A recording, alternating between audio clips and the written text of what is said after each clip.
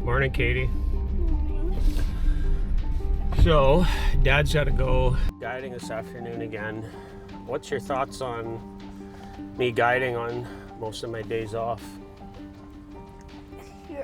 It's lame. It's lame? Yeah. Why is that? Because you have a family and we don't get to see you lots. That is very true, but we also know that the summer is our busy time, and Mom works a lot at Bobby's, and I take not a ton of days of guiding, but enough, and it is a sacrifice. I don't get as much time with you guys, do I? No, you don't. But we try to make up for it in the fall and in the winter, but I will say one thing, guys, it's of little consequence when your kids are growing up around you and you're gone all the time. So I personally have to really try and balance my guide time, my fishing time, and my family time, and it's always a struggle. So it's 11 o'clock right now. I'm just heading out to fish with somebody who's became a friend. So that's something that guiding does, is that you meet people and some of them become some of your lifelong friends. Next week, my buddy Mark is coming up, who I guided way back in like 2012, maybe, up on Long-Legged, and we've become friends. Tony, that I'm going out with today, we've became friends through the channel, through guiding. And that's the great part about guiding, is that we end up meeting people that we end up being friends with, like Matt, Ron, and Cindy, right? Yeah. But I am not your typical guide. Most of the Eagle Lake guides, or the guides in Northwestern Ontario, guide on one lake, and they guide generally 8 to 4 on Eagle Lake. That's their guide day. Some of the guys will go out in the evening. Guys like Cal Ritchie, he'll do a morning run and then an afternoon run. For me, I worked last night at my normal job, so today is just get up when I got up. I told Tony and Justin I'll be out there when I get there, and we'll fish the afternoon on what's going to be their last day in Northwestern Ontario until Tony comes up in, I believe, late September, and I will fish with him again then. But for myself, it's about balancing, like I said earlier, everything around family, personal time, trying to spend time with my kids. Katie and I went out a couple weeks ago to that little lake. Remember, Katie? Yeah. And I'll probably take Kenzie out to that little lake and let her have an opportunity at trying to catch some of those fish. So it's always a balancing act, and I have so much respect for full-time guides that do this day in and day out. And that's why they do it 8 to 4, so they have family time. I couldn't do 16-hour days guiding. I wouldn't love it enough. But last night, I got home from work at like 2:30 a.m. in the morning. I had to plug the boat in, make sure the batteries were charged, make sure my Garmin battery was charged, make sure my drone batteries were charged, make sure all my GoPros were charged. Those are the things you're always thinking about the day before, the night before a fishing trip, guiding. Granted, I'm doing the cameras, which most guides don't, but those are all the things that I have to run through. Now today, I'm going to a lake that I love. Tony and Justin have been there all week.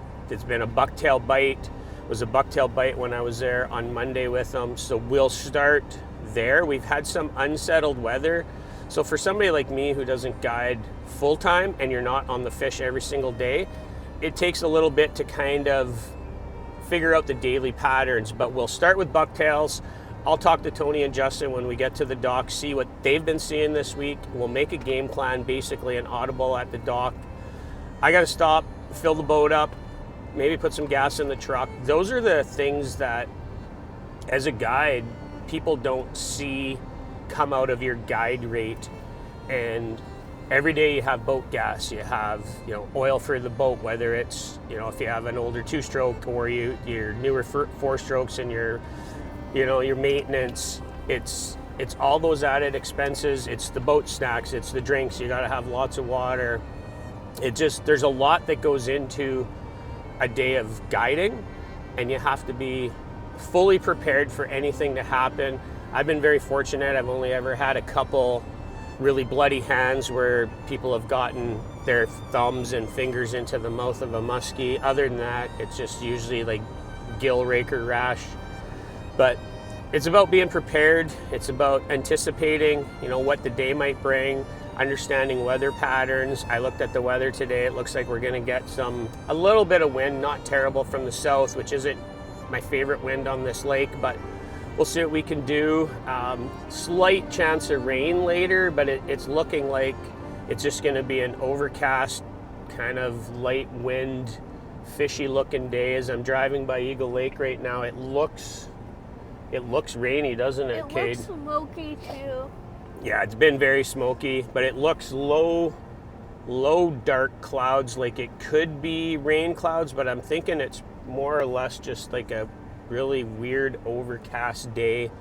It feels fishy. It's fairly warm, fairly humid, which I like for musky fishing, that warm and humid, but not super hot. So we'll stop, grab some gas, grab some boat snacks. I got to drop Katie off at our family cottage, and then I'll be heading out to meet the guys. So talk to you when I get to the landing. All right, so this is something that guides know all too well. Launching the boat by themselves, pulling the boat out by themselves at the end of the day, getting everything prepped up, set up, whatever you want to call it. Just get used to doing it by yourself.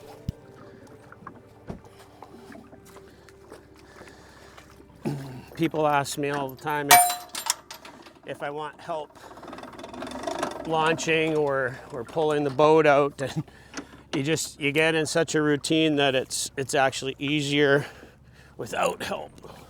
So what I got to do is obviously just pull the boat up beside the truck, park the truck, grab my last couple things out of the truck, and then I'll set the boat up here before I head over to pick up Tony and Justin. All right, guys, I am back with Tony and Justin. How's the week been? It's been good. We boated at least a fish a day, and conditions have been consistent. I mean, the light conditions have been the same, unfortunately, with the fires, but it's kept the light conditions down, so yeah. Yeah, and you guys did have almost what I would call a mini cold front roll through. On my way out, I was telling everybody that from my conversations with you guys, it's still been a bucktail bite for the most part. Yeah, we've seen fish on other things, but to get them to commit, it's been smaller bucktails, yeah. Okay, so part of being a guide is going into the day with a game plan. And for a normal, quote unquote, typical guide who's on the water every day, you're staying on top of patterns, and when one pattern's starting to die off, you're already working on that transition from bucktail to rubber, bucktails to top water, whatever, crankbaits. Because I only guide a few days, I was out with these guys, would be 4 days ago now, and it was bucktails then. They're still seeing bucktails, so we'll start there. That's always your easiest spot to start because it's got the best hookup percentage in the 8 other than for these guys, but that's a different story. Yeah. Yeah. And apparently Justin's got some redemption today because he lost one of my lucky IC7s. So I just had to put that out there, and that's also part of guide life. don't ever get into this thinking that your treasured lures are going to stay treasured, because when you hand them off, that's all part of it. You're going to lose some stuff. But today, let's go pound some windswept areas right off the get-go. We'll start with bucktails, probably run you guys on bucktails.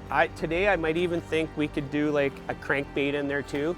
Yeah, we were excited because we have 3 guys in the boat.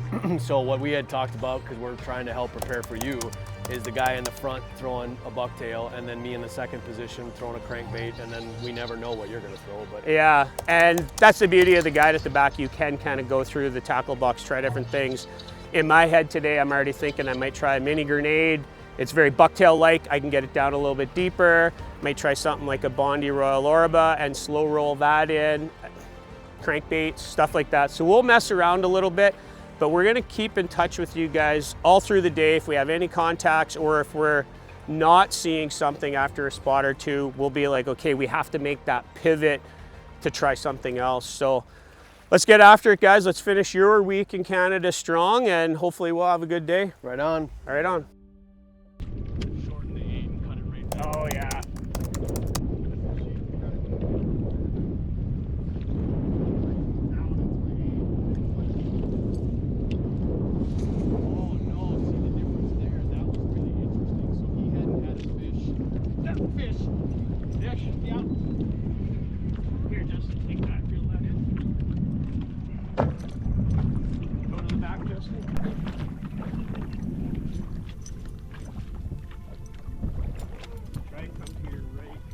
I'm going to come around if she'll let me know.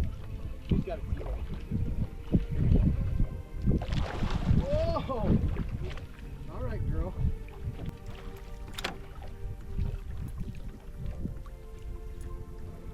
I'm going to try.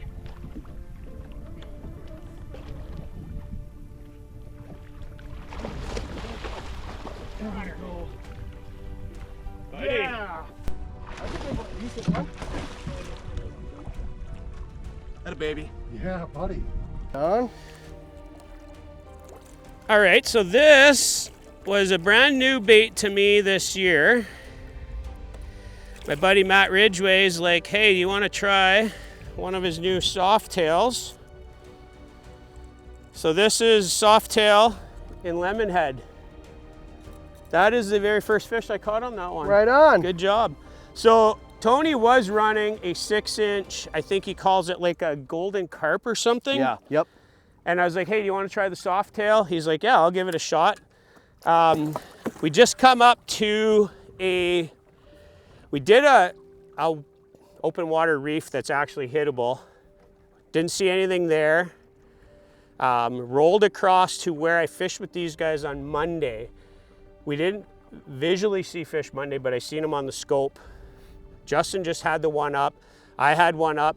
We're working our way down, and you got hit way out from the boat. Yeah, halfway back. Yeah. Good hit. Yeah. Yeah, T-boned it. She had it really good. Yeah, she had it good. All right, let's, we don't have to bump this. This looks like it's like 38-ish. I'll let you grab it. Okay. So as far as guiding goes, for me, spots like this, you rely on history. I'm relying on where have I been in the past. I'm gonna switch sides with you so we get the sun in a better angle. Yeah. Get up there, Justin. Pretty fish. Very pretty fish. All right, let's get her in. You good here? Yeah. So yeah, spots like this, I'm relying on my history as an angler out here, just trying to pick spots that I think are gonna be good. Okay, so I would probably finish fishing this spot, but because we've seen a couple other fish, Justin had asked if we would ever come back on a spot like this, and absolutely we'll come back on it. That's why I think we'll leave it alone. We raised 2 other fish, caught this one. I'm pretty convinced there's probably 3 or 4 fish using this. So 2 spots in, I'm already thinking I got a good idea of what I want to hit. We'll talk about it amongst ourselves here and come up with a game plan on what they're comfortable fishing, what I'm comfortable fishing, and see if we can just put some more in the boat. It feels fishy. It does. It feels good. Like it's just the right amount of wind. It's just the right amount of like air pressure. It feels like some shit's gonna happen today. Can you, as a guide real quick, right? Because now you have a client puts a fish in the boat, it's time to check hooks, stuff like that. How do you feel out clients to determine whether they're capable, whether they're like, because that can be awkward. That can be very awkward, and that's a great question, because a lot of guys that are just anglers' clients, they think in their own head that they are, in some cases, a lot better or more well prepared than they are. And if I know anything, as soon as you catch a fish, that adrenaline rush is there and you want to just keep going. Yeah. And that's where you make mistakes. You make the mistake, just grab that, Justin? Yep. You make the mistake of, let's just keep casting. And I seen your leader's got a kink in it. Yep. That thing had it T-boned. We have to check the line. And that's something that I always do almost every fish. I just have that quick cursory look, and it's almost muscle memory at this point. So we will do that. We'll just move the net out of the way, and I'll have Tony grab his lure and his leader. Let's have a quick look at it, and we'll film this so that you guys get an understanding. Here, Justin, just hold that for a sec. So you tell me what you're looking for, but usually after I catch, like you can see the kink. Yeah. That's fine. I can straighten that out a little bit, and we will. But I usually just do this. It's frayed big time. Yeah. Right? So line's cheap. I'll cut a little bit. Well, I'll and tie it again. Typically speaking, when they roll up like that, and I'll add a quick clip here from either the net or the gunnel cam to see if we can see if that fish rolled. But it's real easy between here and our next spot to cut 3 feet of line off and just retie. Yeah. And a solid wire leader, you can kind of mend that out within your hand, just kind of straighten it. Yeah.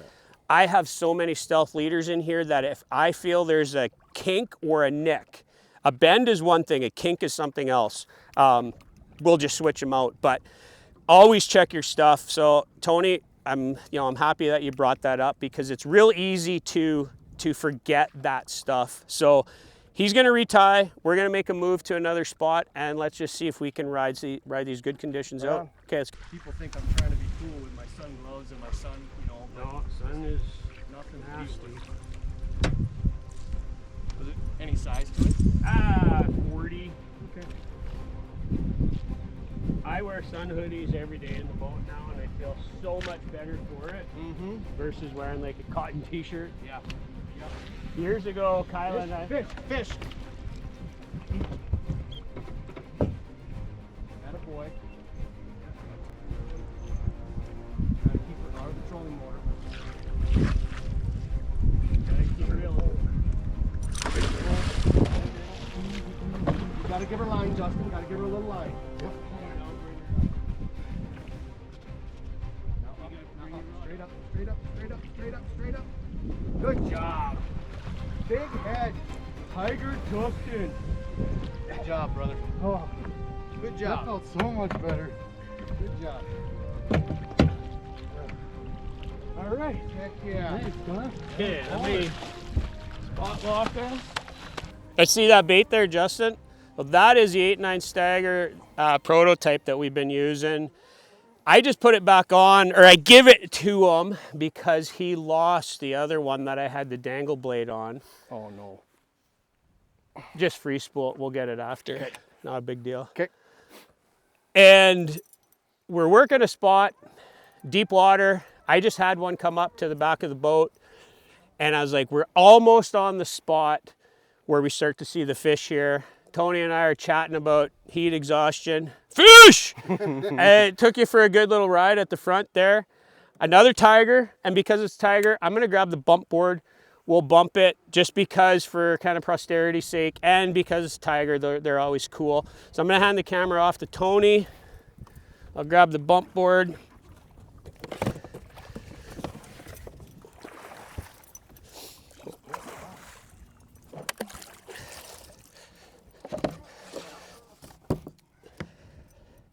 So the guys asked me earlier if tigers are more aggressive than regular muskies, and generally speaking, a tiger has the attitude of the parent pike. So definitely more aggressive, definitely have that junkyard dog attitude.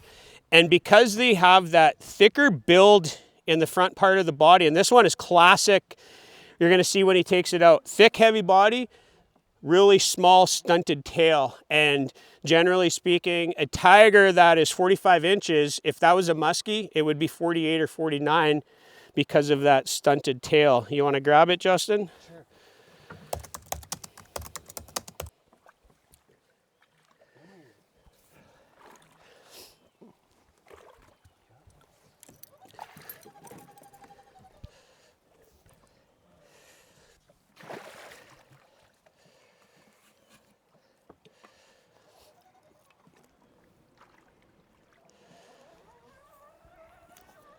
There you go. Slide. No, the gill plate's way further back, buddy. There you go. Good job. That's the first one he's ever grabbed out of the net. Is it? Yes. Okay, be careful. I just want to get this net out of her mouth.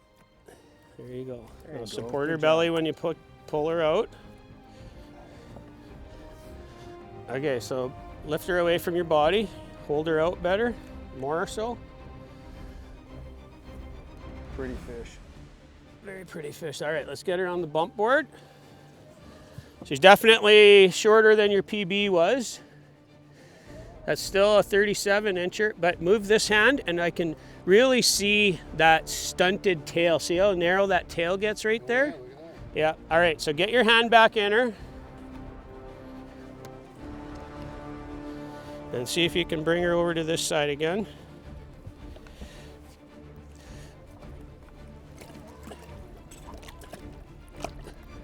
She might be a little bit feistier. Oh, there we go. Yeah, that's okay. Good job, buddy. That felt great. Yeah. Yeah. 2 fish, 1 day so far. Let's go. Yeah. All right, good job. So today, Tony and I had never caught a fish, or Tony had never caught a fish while we were together in the boat, right, Tony? That's correct. So we got that one. We got a multi-fish day. Things are still feeling fishy. We do have weather coming. My lure's stuck on the bottom because I just let it go to get that in the net. But we're gonna go get that one out and we're gonna hit another spot here right away. And after that spot, we'll take a couple minutes to kind of have a look back at what we're seeing today. So let's just get this cleaned up and we'll be back. So far we've had a pretty decent afternoon. We've been out for 3 hours, boated 2. Seen 3 more? I was gonna say probably a little bit more, probably 5 more, plus some deep follows on the scope. Yeah. Got weather. I think we got a bit of a wind shift. Feels to me like it's blowing west now, where earlier it was south. Usually a wind switch helps. We got weather, it should help. We're right on the minor right now. We got moon set. It's kind of in between moons, so it's not really as powerful. What are we catching them on? So I've been using a crankbait like we talked about on the pier. I got that one, she T-boned it hard. I've had a few follows that you've seen on scope, so they were low and lazy. And not to cut in there, but crankbaits, a lot of times you don't see a lot of follows because they come up and they do that shark swipe at it and T-bone it.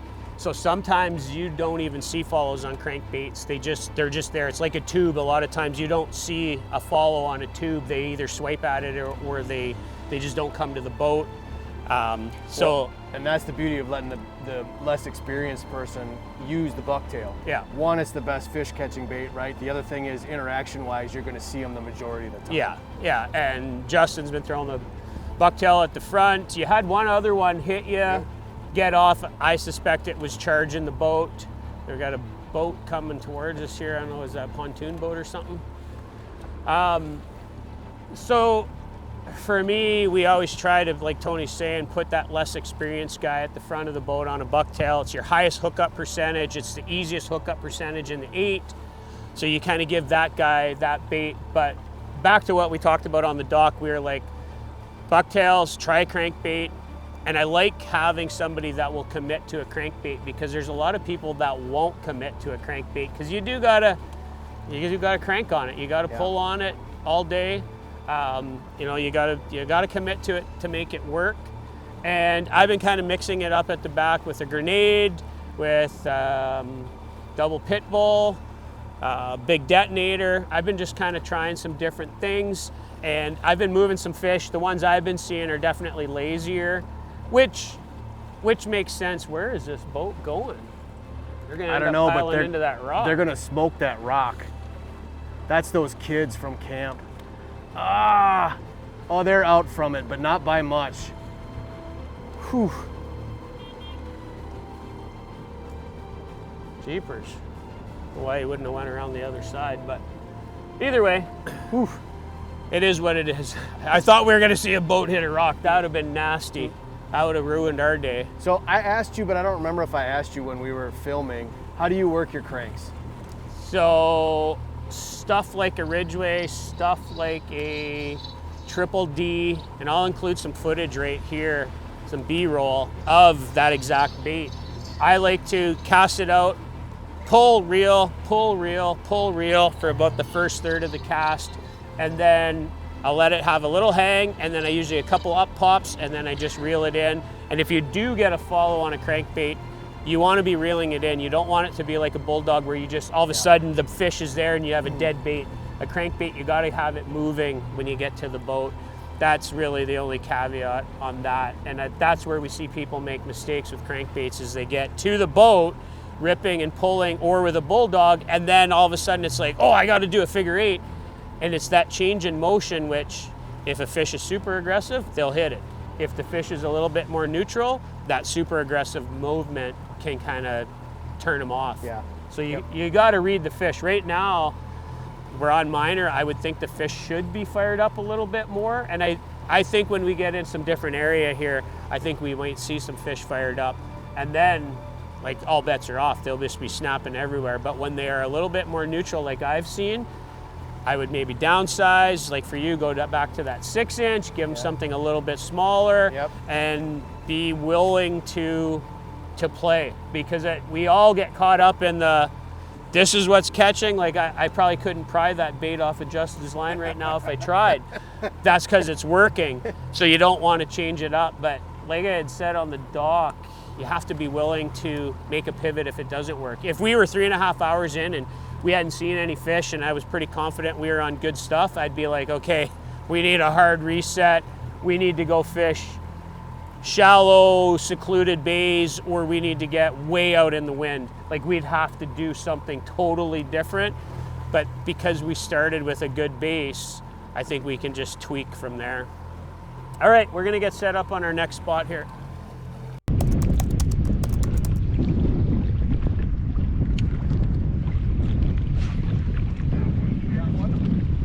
Faster, faster. But hang wide. Seeing the swirl on that one. There. Oh, she's off. What are you doing? You pulled it forward. Yeah. She hit it way out on the corner. That was a smaller one, Yeah. Was it? Yeah. It was, yeah. That one, you seen it come in, or was it just come in deep? She came in.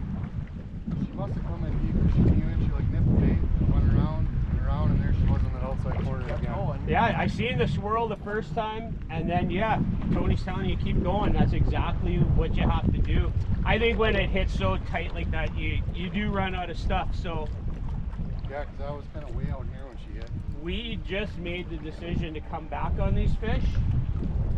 That basically proved our point right there, that sometimes it's worth coming back. We switched up, and then he's the lure that didn't switch. Exactly. But he didn't raise them the last time. That's true. That's true. So sometimes you got to kind of make that audible call. We'll finish this off here. Yes. Oh, there's one coming up on somebody. Awesome. He's on Justin. Keep going. I'll get out of your way. Keep going. Keep going. You can get hooks and keep going. Switch to an 8. Go down in water column. That was a better fish. Yeah, I saw. It's a good one. Yeah. Did he swipe or no? He swiped. He didn't hit it though. All right. Back there. Yeah, he come with aggression. I couldn't tell who he was behind on the scope, but he come off the bottom and he was chasing. Final countdown.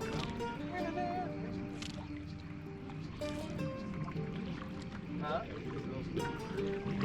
Yeah, the proto turd. That bait has seen a lot of it. Yeah. Gotta get him to stick him now. I did see it when she rolled. I was like, that's definitely. That's a better one. That's a better. Like that was. I don't know if it was mid 40s, but it was more than 40.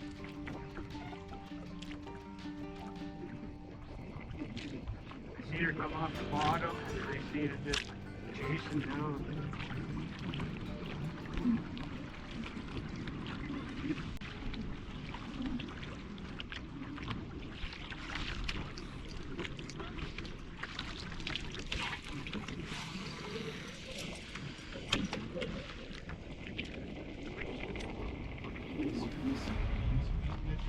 Yeah, they are.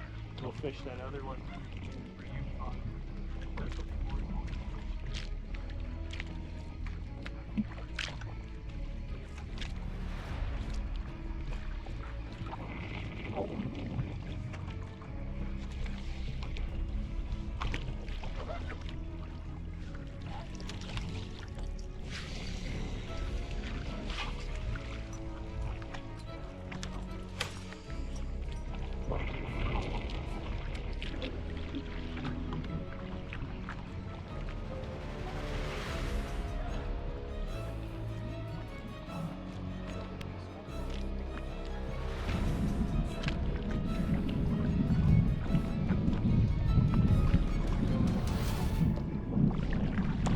Yeah, at first I thought that one. Got her? Got her, got her, got her, got her.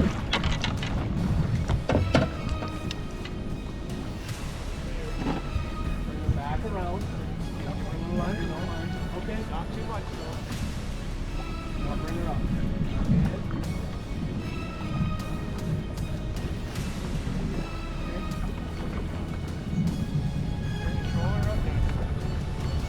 I got you.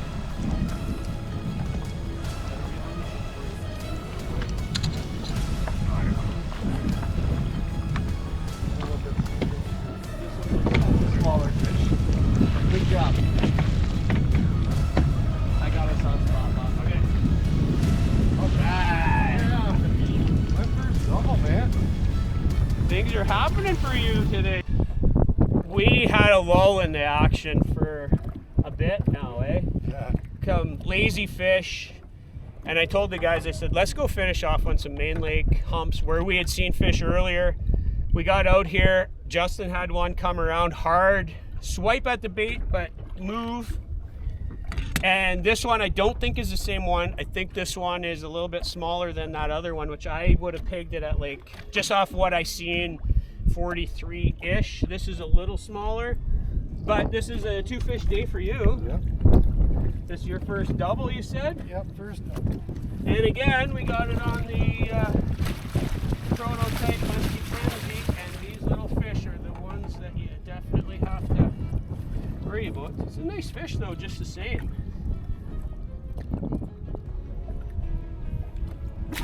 There. And that right there is like the that new beauty hook out, yeah. of the hook out. I just grabbed the net and the hook, and one push, it's free, and my hands were nowhere near the fish. So that is definitely the beauty of a tool like that. Yeah. And no, Justin, you can't take this bait home. What do we got? Tank here. Well, you got like a fast touch on here. We should. All right, reel that up. Get that out of the way. I think it's like a 30 feet-ish. We'll give it a quick bump because we're here anyway.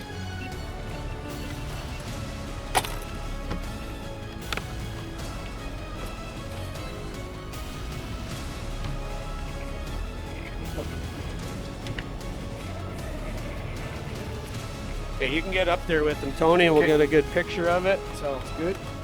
And then I'll swap your cameras and I'll put the dome in if it'll stay. That one's pretty green, Justin, so don't put your hand in a bad spot. If you want, I'll grab it for you. She's got her lip in the neck. Remember, like we talked about? Just be very careful. Don't want to end with a... There you go. Yeah, go from under the belly and just work your way up to the jaw crease. There you go. Try not to pull too much net, because as you're pulling net, you're making her nervous. Put your hand under her belly and then just slide it slowly forward. You're the wrong angle there.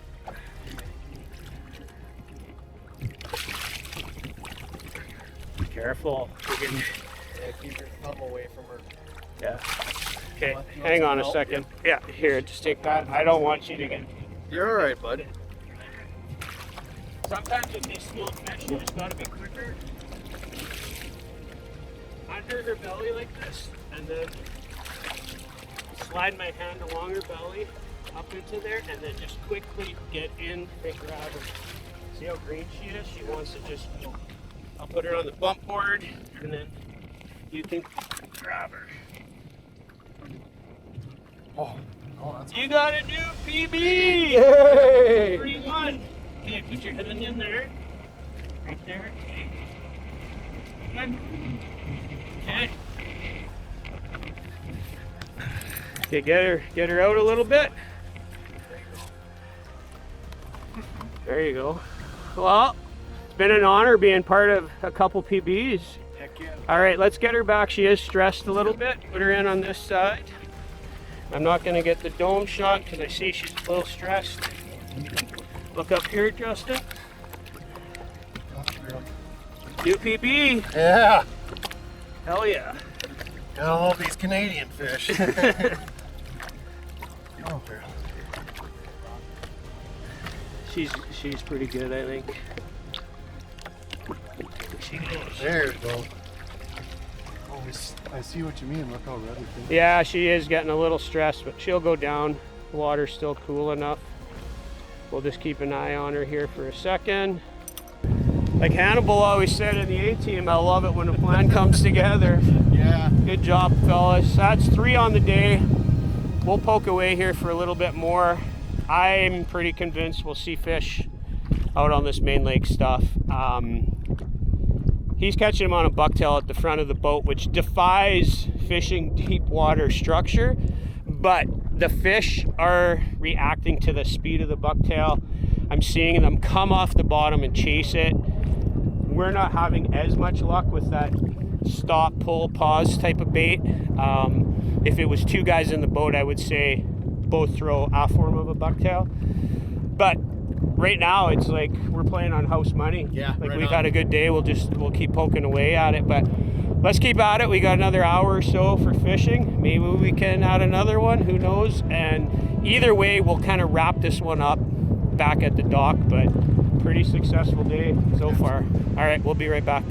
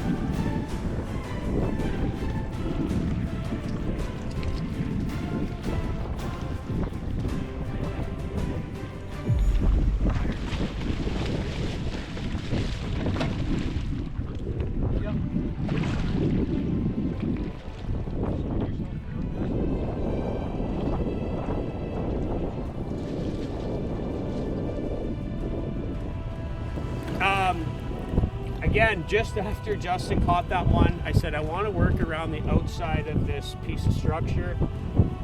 This one just showed up kind of behind the tube. She was pretty fired up. she charged out, kind of cut me off, and I thought, oh, she might not go, and then she came, and on the outside of the turn, I basically stopped it. I seen her nose it, and I pulled it pretty much into her. And I was running a different color tube earlier, and I put on this, I think it's called Great Flame. It's a Team Rhino color. I've had Mark send me a couple, and I've got a couple from Jeff at Team Rhino. It's not a huge one, but she was fired up. She's got some marks on her, this one. She or he. They've been battling somewhere. Yeah. This one's got little Oh yeah. road rash on her. Just a wee cute little one, but very aggressive. We'll just get her back.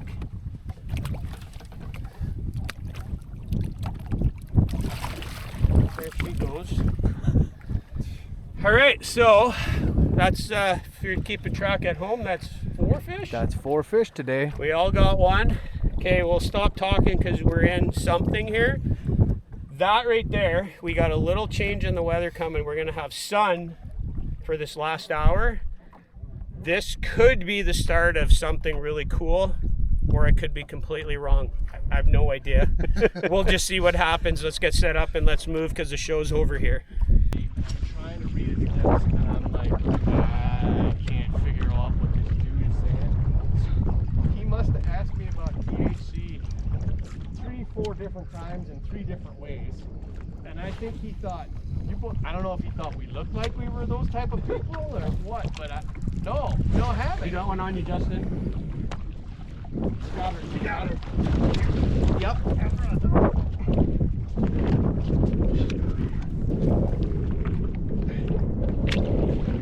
Oh, she went loose. Why'd you do that? That was our number 5. Johnny 5 is alive. You cracked it pretty good. Barely taller than you, and I'm standing up here.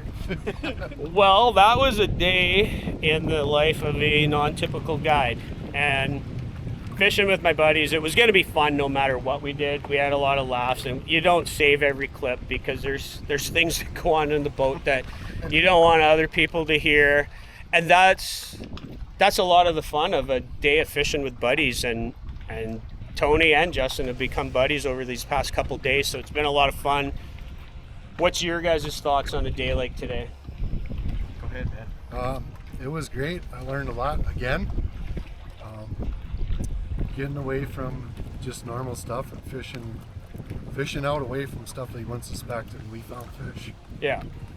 And for me, that's, as a guide and as an angler, trying to teach people new techniques, new styles of fishing, that's what I enjoy.